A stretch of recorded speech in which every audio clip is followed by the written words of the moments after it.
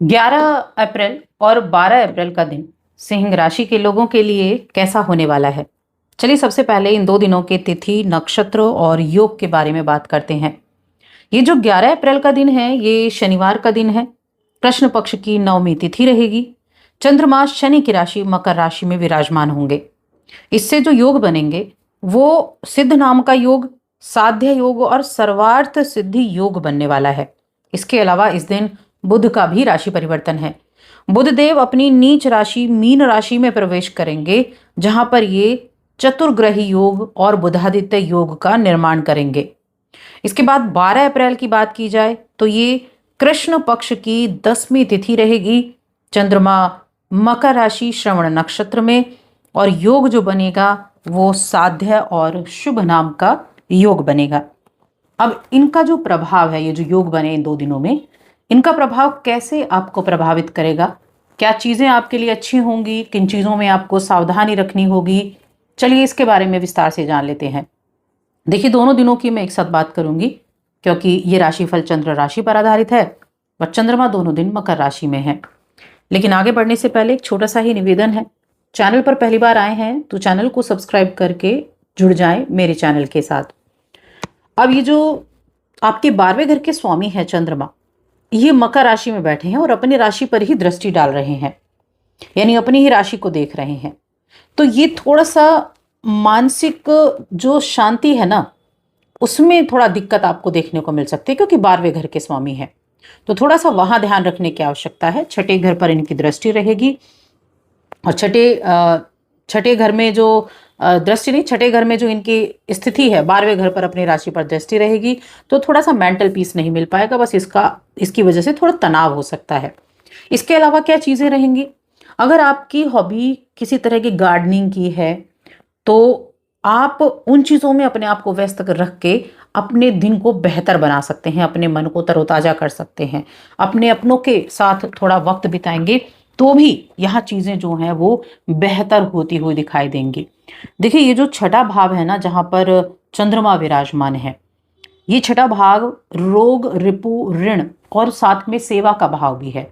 सेवा क्या है? सेवा नौकरी भी है और सेवा जो हम लोगों की सेवा करते हैं वो तो है ही।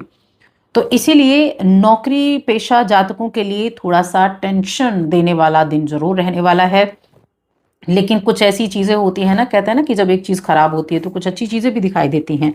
तो वैसी ही स्थिति है कि जो आपको मेंटल प्रेशर रहेगा, जो आपका मन थोड़ा सा विचलित रहेगा, उसको ठीक करने के लिए आप अपने दोस्तों के साथ वक्त बिता सकते हैं, अपने फैमिली के लोगों के साथ वक्त बिता सकते हैं। आपकी अपने पुराने दोस्तों से मुलाकात आपको खुश कर देगी। हालांकि फिजिकली हेल्थ की अगर मैं बात करूं तो वहाँ चीज़ें जब भी ठीक हैं, फिजिकली आप ठीक रहेंगे। भविष्य में आप अगर अपने फाइनेंशियली कंडीशन को ठीक रखना चाहते हैं, आर्थिक रूप से मजबूत बनना चाहते हैं, तो थोड़ा सा धन की बचत पर ध्यान देना होगा। इसमें आपको ध्यान देने की बेहद आवश्यकता है। आपके पास जो खाली वक्त है उसमें आप कुछ रचनात्मक काम करने का प्लान बनाएंगे और उस कामों पर आपको काफी मेहनत भी करनी पड़ेगी इन दिनों में। देखिए, जितना अधिक सरलता से आप इन दिनों को बिताएंगे उतना ज्यादा आपके लिए अच्छा रहेगा। मान लीजिए आपके पास जॉब नहीं है, जॉब की तलाश कर रहे हैं, तो कोई अच्छा प्रस्ताव भी मिल सकता है। लेकिन उन लोगों को जो अपने इस कार्य के लिए या जॉब के लिए अपने प्रयास कर रहे हैं, हो सकता है कि कार्य जो है वहां पर आप उतना ज़्यादा एडजस्ट ना कर पाए, लेकिन धीरे धीरे चीज़ें ठीक होती चली जाएंगी। तो कुल मिलाकर चीज़ें जो है वो बेहतर रहेंगी। कुछ ट्रैवल भी आपका रह सकता है, जॉब के सिलसिले में ट्रैवल रह सकता है। इसके अलावा घर में किसी के सेहत भी खराब रह सकते, हो सकता है अपनी ही सेहत की वजह से थोड़ा मेंटल टेंशन कई बार होता है, एंजाइटी हो जाती है, उसकी वजह से शायद आप हॉस्पिटल वगैरह जाएं, तो इसके भी संकेत मिलते हुए दिखाई दे रहे हैं। लेकिन इन सब के बावजूद देखिए, मानसिक स्थिति के बावजूद ऐसी जो चल रहा है, आपके किए गए कार्यों का बेनिफिट आपको जरूर मिलेगा। आपके जो अनुभव हैं उनके द्वारा लाभ आपको मिलेगा। और कुछ यहाँ लोगों की बेरोजगारी भी दूर होती हुई दिखाई दे रही है। छोटा ही काम सही, लेकिन हाँ, आपको काम जरूर मिलेगा। यानी एक ऐसा जरिया आपको मिलेगा जहां से आप पैसा कमा सकते हैं। थोड़ा सही, लेकिन आप कमाएंगे जरूर। अगर आप कुछ केमिकल के फील्ड से जुड़े हुए काम करते हैं तो केमिकल के फील्ड से जुड़े लोगों के लिए काफ़ी अच्छा है। किसी यह कोई फैक्ट्री हो सकती है, ये कोई एक्सपेरिमेंटल जगह हो सकती है, तो बहुत अच्छे संकेत वहाँ बने हुए हैं। ऐसे लोगों के लिए वित्तीय प्राप्ति के अच्छे योग बने हुए हैं।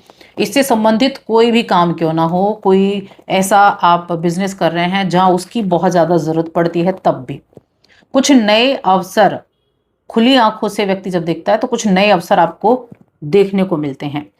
यानी कि लोगों के द्वारा ही आपको अवसर मिलने वाले हैं। बिजनेस के मामले में दोनों दिन बहुत अच्छे बने हुए हैं। अब ये जो देखिए शनिवार और रविवार का दिन है, बहुत से लोगों के लिए छुट्टी का दिन भी होगा रविवार का दिन, सबके लिए छुट्टी का दिन नहीं होता है। लेकिन बिजनेस के मामले में दोनों दिन बहुत अच्छे हैं। अपने बिजनेस पर आपकी पकड़ होगी। आप मुश्किलों के बावजूद अपने कार्यों को पूरा कर पाएंगे। अपनी जो मन में इतने सारे जो भाव चल रहे होंगे, उसके बावजूद आप अपने कार्यों पर अपना पूरा फोकस कर पाएंगे। और ये कैसे हो सकता है? ये ऐसे हो सकता है कि आप अपने व्यवहार में जितनी सरलता लेकर आएंगे उतना ज़्यादा अच्छा रहेगा। अब बात करते हैं हम रिश्तों के बारे में। तो वैवाहिक जीवन बेहद अच्छा है। आपका जो वैवाहिक जीवन है उसमें काफ़ी अच्छा यहाँ सपोर्ट आपको मिलता हुआ दिखाई दे रहा है आपके अपनों का। प्रेम जीवन के मामले में भी अच्छा है। शहर से बाहर आप कोई यात्रा कर सकते हैं। अगर आप अपने साथी से दूर रहते हैं तो उनके साथ दोबारा से एक अच्छे रिलेशनशिप में आने का समय बना हुआ है, उनसे मिलने का समय बना हुआ है। प्रेम की अनुभूति होगी। बच्चे अपने दादा दादी, नाना नानी, उनके पास अच्छा वक्त बिताएंगे, उनके साथ अच्छा वक्त रहेगा उनका। और अगर बहुत ज़्यादा घर पर आपको वक्त नहीं मिलता है तो आप कोई ऐसा प्लान भी कर सकते हैं इन 2 दिनों में कि आप वनडे आउटिंग के लिए चले जाएं। तो थोड़े बहुत इन चीज़ों का भी योग बना हुआ है। शिक्षा की बात करते हैं तो शिक्षा के मामले में देखिए जो पंचम भाव है, पंचम भाव शिक्षा का भाव कहा गया है, जिसके स्वामी गुरु बृहस्पति हैं। 11वें घर में गुरु बृहस्पति बैठे हुए हैं, अपनी राशि को देख भी रहे हैं। तो यहाँ शिक्षा के मामले में अच्छा समय रहने वाला है। बच्चे एक बार फिर से अपनी पढ़ाई पर लौटने वाले हैं। और जो हायर एजुकेशन से जुड़े बच्चे हैं उनके लिए काफ़ी महत्वपूर्ण समय, ये काफ़ी टाइम से अच्छा समय चल रहा है कि आपके एफर्ट के द्वारा आपको अच्छे रिजल्ट प्राप्त हो सकते हैं। ऐसा ये समय आपके लिए चल रहा है। तो ऐसा जब समय हो तो उसका लाभ आपको ज़रूर उठाना चाहिए और उसका लाभ आपको ज़रूर मिलेगा, उसका बेनिफिट आपको ज़रूर मिलेगा। तो कुल मिलाकर दोनों दिन अच्छे हैं। अच्छे से इन 2 दिनों को आपको एंजॉय करने की आवश्यकता है। उपाय क्या करने हैं? उपाय के तौर पर अगर देखा जाए तो देखिए, एक तो जो मैं हमेशा बोलती हूँ कि सूर्यदेव को अर्घ्य देना आपके लिए बहुत इंपॉर्टेंट है। सूर्यदेव के लिए अर्घ्य दें और अगर हो सके तो शनिवार के दिन पीपल के पेड़ में पानी जरूर देकर आएं और वहां की मिट्टी से एक टीका आप जरूर लगाएं। इस कार्य को करें।